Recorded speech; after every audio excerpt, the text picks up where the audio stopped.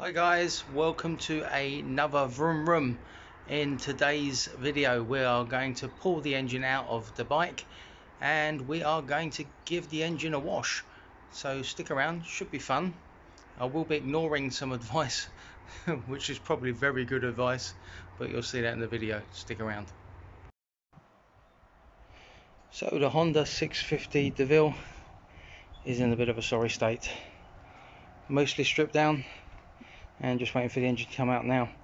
So I did have a couple of concerns about the way the rear wheel joins to the engine, which is via the shaft, runs along the side of the bike, and the advice I have been getting is to take the back wheel off and remove the shaft that way. However, we don't want to do that.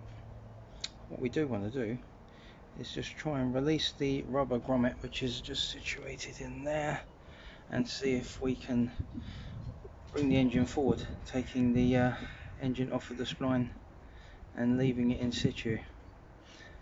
Apart from that, a couple of cables just going to the carburetors, which is the throttle cable and the choke cable, which we need to whack off. We've also got to put out the spark plugs, the spark plug leads should I say, and then the 3 bolts. Also, some of the advice has been that a couple of these bolts are prone to just rusting and sitting where they are, so we may have a bit of an issue just getting them off, so we'll see how that goes anyway. But for now, let's get the gloves on, get the tools out and get cracking. So we will do this bit one-handed. If you are just recently become an owner of one of these bikes and you do want to service it, then beware, because the spark plugs, there's one in particular that's a bit of a pig to get to, so be aware. There is a special tool available, it does make it a lot easier, but it's not easy. So we're looking down there at the spark plug, and that one, because I did replace this, looks quite good. Now the one I've got down here, which is just under here, I'll just move that out of the way so you can see, is a lot more hidden, and we'll take that off and move it out of the way. What does concern me on this one is, even though the spark plug itself looks almost new, I don't know if you can see this, the wetness on the head there, on the cooling fins, is kind of giving me a little bit of concern, but it does seem to be suggesting where the leak is coming from, so we'll have a look. The one thing I'm hoping for is no crack in the head, because that would be an absolute disaster. And I did remember, since making the last one of these videos, I think at some point I changed the rocker cover gasket just on its own, so the fact that it's still very wet down there is very concerning, but we'll have a proper look when it's out. As mentioned before, guys, I'm making this up kind of as I go along, and we have had a couple of changes are planned. One good, one not quite so good. I'll show you now. Right, what I have done is, it was very hard to get to the throttle linkage, so there's 2 screws there and I couldn't find the right angle screwdriver. So what I've decided to do is pull the carbs off altogether, so this is what I've done. It also gives me a chance just to check the rubbers and the inlets. The inlets look very good. The carbs are absolutely filthy, as you'd expect, but if you look at the butterflies, both there and there, they're absolutely spotless, so quite pleased with the carbs. The bit that's not quite so good news is I've just taken out the plastic grommets that cover the bolts for the main mounting to the frame, and this one looks like it's not going to be an easy fix. So we'll give that a bit of a drenching in WD-40. We'll get the impact driver out, we'll pull it out a bit and just see if there's any movement in the bolt. You can see that one very clearly, but it's there you go, that one looks a lot better, so we'll see how that goes. So the whole, what we will try and do is, once the bolts are released, I'm going to try and shunt the engine forward off of the spline which is there. If not, we'll be taking the wheel off, so place your bets now. Mine is that we're going to be back here taking the wheel off, but we'll see how it goes. So had a bit of luck because that came straight out. It was seized this end, gave it a whiz with the impact driver, and out it came straight away. I've been hearing horror stories of people who have had some real nightmares getting that bolt out, so extremely pleased that that's come out okay.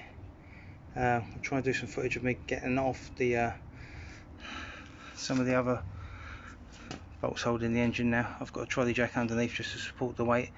I think everything is disconnected now, so we'll get those engine mounts off and we'll engine mount and bolts off, and we'll see what happens. Something else you notice on bikes this age is that they have had work done on them before. Evident because I've got a bolt in that end, not this end.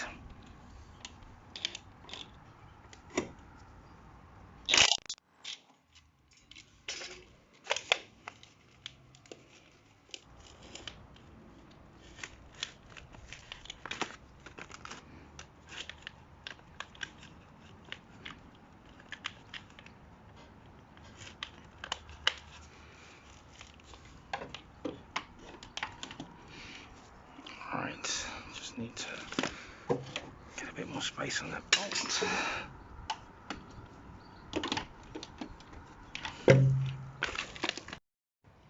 So this is where we're at. I've got the long bolt out at the front, long bolt out at the back. The front of the engine, the mounts are off. Did notice now that there's a tiny biddly of bolts underneath there. I've had some movement in the engine, as you can see between the gap here, so that's a good sign. It's just whether it's still going to come off that spline, so I should know in about 5 minutes if I've got to take the back wheel off or not. So let's get those bolts off, see how much movement there is, and see how much we can pull it forward. Wish me luck, guys. Right, I've come around the other side of the bike. I have dropped the engine now. There's a couple of small little wires that I just need to move out of the way. Of course, there's not enough space to get it out, so I'm going to put the front wheel up on blocks and raise the height of the bike and take the jack out from below the engine, so that should give me enough space just to pull it out. I do apologise when I'm around this side. I know it's quite a bright day, so I'm getting quite a lot of sun glare on the back, but what I thought would happen, I was right, which was the final drive from the back wheel just slipped out of the universal joint, which I've got down there, and now it's all free. So hard to see how I can't be happy with that. I think I'll have it completely clear of the bike in the next couple of minutes. There's only one wire that I've seen that I've missed, and then I've got to investigate how you get the choke cables out of the carburetors, because they're on a cable, but when you pull them out, it just no sign of where the cable goes inside the carburetor. So I might have to have a look. Maybe top off. We'll have to have a look and see. But yeah, good news. So we'll get it off, then we'll have a quick look around and see if we can find where this oil leak is. And so it is out.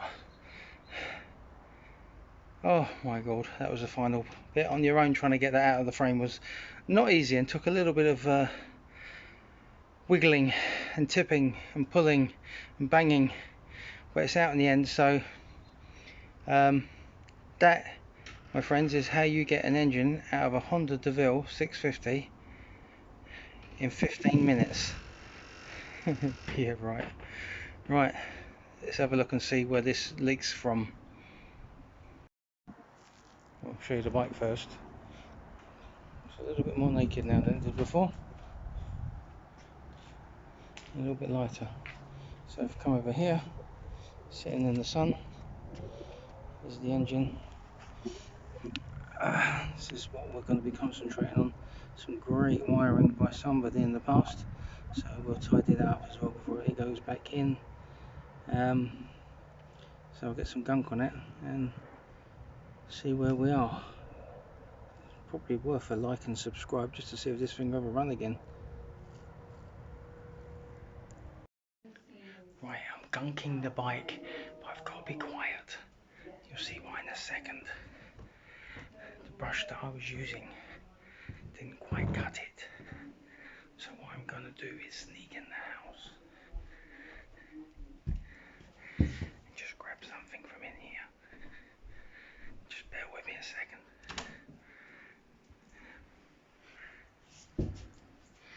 Got it. This is the wife's toothbrush. Unfortunately, I think it's the only thing that's going to get the dirt off of the engine. So hope she doesn't catch me.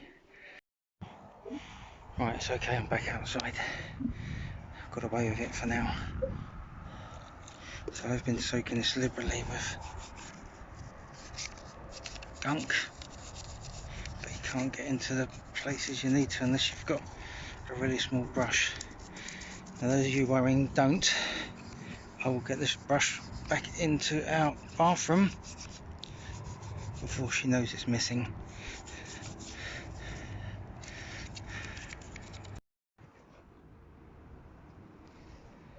Well, that's it for today, guys. If you want to see what happens to the rest of this project, then please like and subscribe, and I'll see you next time.